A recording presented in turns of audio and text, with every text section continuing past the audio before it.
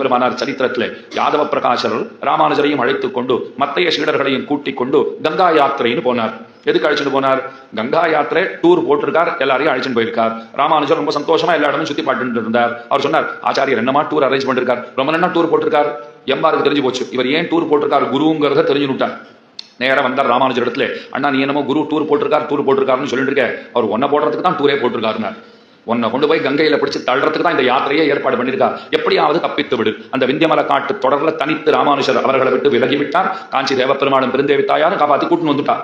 அது ஆச்சரியோ. அப்ப காப்பாத்தினவர் எம்பார் தானே, கோவிந்தர்னு அப்ப எம்பார்னு பேர் ஏற்படல, கோவிந்தர்னு பேர். அதுக்கப்புறம் எங்கோ கங்கையில அவர் குளிச்சுட்டு எழுந்தார். கையிலே ஒரு சிவலிங்கம் அகப்பட்டது. உடனே இவர் என்ன சொல்றார், யாதவ பிரகாஷர், ஆஹா அந்த கங்காதரனே கை புகுந்தான், உமக்கு உள்ளங்கை கொணர்ந்த நாயனார்னு பேரு அப்படின்னு அவரை சைவராக மாற்றிவிட்டார். அவர் காளஹஸ்தியிலே இருந்து கொண்டு வருகிறார். ராமானுஜர் சிந்தித்தார், யாரும் சைவர்களா இருக்கிறது நமக்கு எந்த பாதிப்பும் இல்லை, ஆனா நம்ம சேர்ந்த பிள்ளை சைவரா இருக்காரு, திரும்ப அவரை நாம் நம்ம இடத்துல அழைத்துக் கொள்ள வேண்டும் அப்படின்னு ஆசை கொண்டார். இந்த காரியத்தை திறம்பட செய்பவர் யார் அப்படின்னு சிந்தித்தார். அவருடைய தாய் மாமன் மிகச்சிறந்த ஆச்சாரியர் பெரிய திருமலை நம்பிகள் என்ன அவருக்கு திருநாமம். திருமலையிலே இருந்து கொண்டு கைங்கரியங்களை பண்ணிட்டு இருக்கிறவர், தீர்த்த கைங்கரியம் பண்றவர், பகவானாலே தகப்பனேன்னு அழைக்கப்பட்டவர்.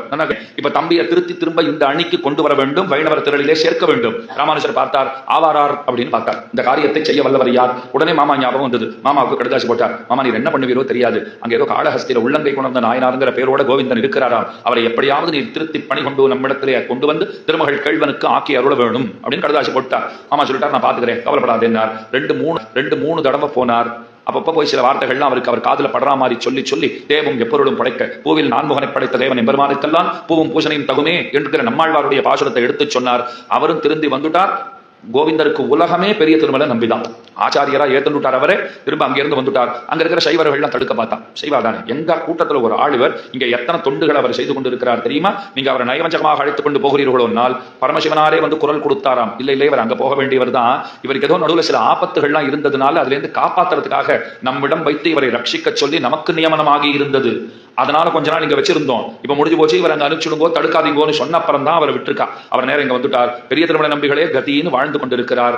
இப்ப திரும்ப ராமானுஜர் உபன்யாசத்தை கேட்டுட்டு ஒரு வருஷம் காலக்ஷேபம் பண்ணிட்டு எனக்கு பரிசு வேணும்னு குரு கிட்ட கேட்டார். பாருங்க, குரு சொன்னார் என்ன பரிசுன்னு கேட்டார். கோவிந்தனை தந்தருள வேணும்னார். தலையில இடி விழுந்தா போல பாக்குறாரு கோவிந்தர். ஐயோ இவரை விட்டுட்டு நான் எப்படி போறது, இவர் என்ன சொல்ல போறாருன்னு பார்த்தா நன்னா அழைச்சன் போயேன்னு விட்டான். ஒன்னும் சொல்லிக்க முடியல கோவிந்தராலே, ஏன்னா ஆச்சாரியருடைய நியமனம், நீ அவரோட போ அப்படின்னு விட்டார். வெற்ற பசுவிற்கு புல்லிடுவாருண்டோன்னு ஒரு வார்த்தை சொன்னார். பசுமாட்டை வித்தாச்சு, நாம என்னத்துக்கு புல்லு போடுறது, வாங்கிட்டு போனோமோ புல்ல போடுறான், இனிமே நமக்கு அதுல தொடர்பு கிடையாதுன்னு சொன்னதுதான் தாமதம். இது செவியிலே பட்டவாரே கையை கூப்பினார் கோவிந்தர், கண்களை துடைத்துக் கொண்டார், அங்கேயே விழுந்து வணங்கினார். மனநிறைவோடு ராமானுஜரிடத்துல வந்துட்டார். இதெல்லாம் வாயால நல்லா கேட்டுவான்னு அனுப்பிச்சு வச்சிருக்கார். அப்போதான் மனநிறைவே ஏற்பட்டது. இனிமேல் ராமானுஜரே கதி, ராமானுஜ பதச்சாயா.